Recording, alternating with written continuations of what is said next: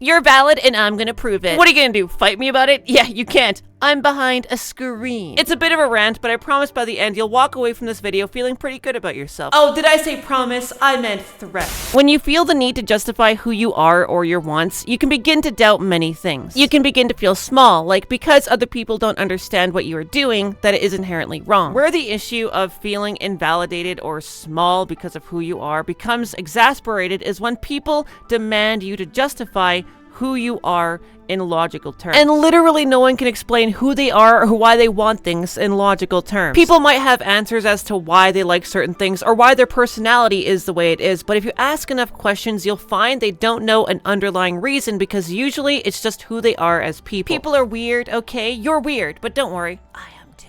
Literally everyone is. It's not gender locked, okay? And despite most people not even knowing who they are most of the time, they demand that you give them answers if they don't understand something about you. But you don't have to, and it's inherently flawed that people would expect you to. I'll break down as to why, but bear with me because it's gonna get a little bit abstract at first. It would be odd if someone were to demand that you justify the reason as to why you're hungry when being hungry is something that you cannot control. It would be just as odd if someone were to demand a justification as to why you're sad or happy at any given moment. Because these feelings are baked into our experience without our control, we should not need to justify the best course of action to solving them, especially when that course of action is not hurting anybody else nor ourselves. Because in the end, you cannot control what makes you happy, what makes you sad, your wants, your fears. Let's take this and look at dysphoria. If you're dysphoric, then you likely have a yearning to be comfortable in your own skin, to belong, to feel happy.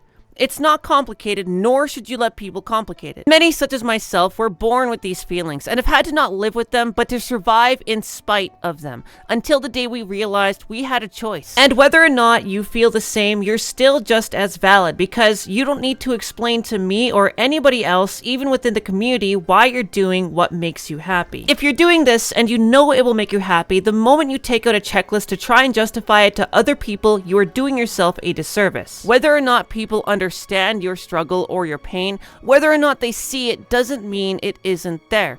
And you don't need their approval to come to peace with how you feel. When you look at it like that, it doesn't matter whether or not you're transitioning from female to male, male to female. It doesn't matter even if you don't want to transition, but you have these feelings to begin with and you begin to pursue them. It's simply breaking out of a mold that was designed for you to live a more human experience and explore the world in the way that you truly want to, as opposed to becoming depressed in your later years. Because a lot of times in the human experience, especially when it comes to who we are and what we want in life, there is no defining logic or satisfying answer or reason that will show people why it's so important to us, why it makes us happy, and sometimes why we do it to survive. Imagine how frustrated a cis individual would be if you were to ask them to justify their wants and their needs at every corner. Imagine how twisted it would be to have people that were depressed justify their depression. They don't need to,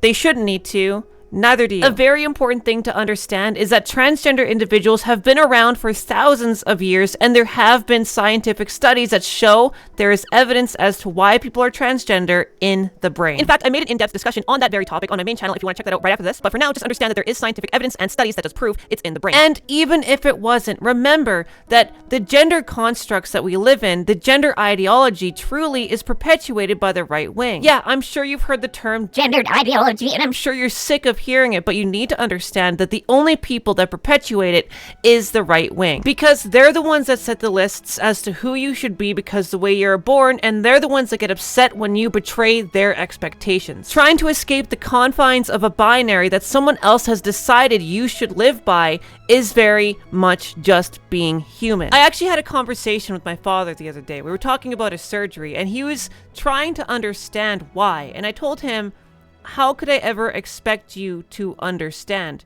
What words could really describe it?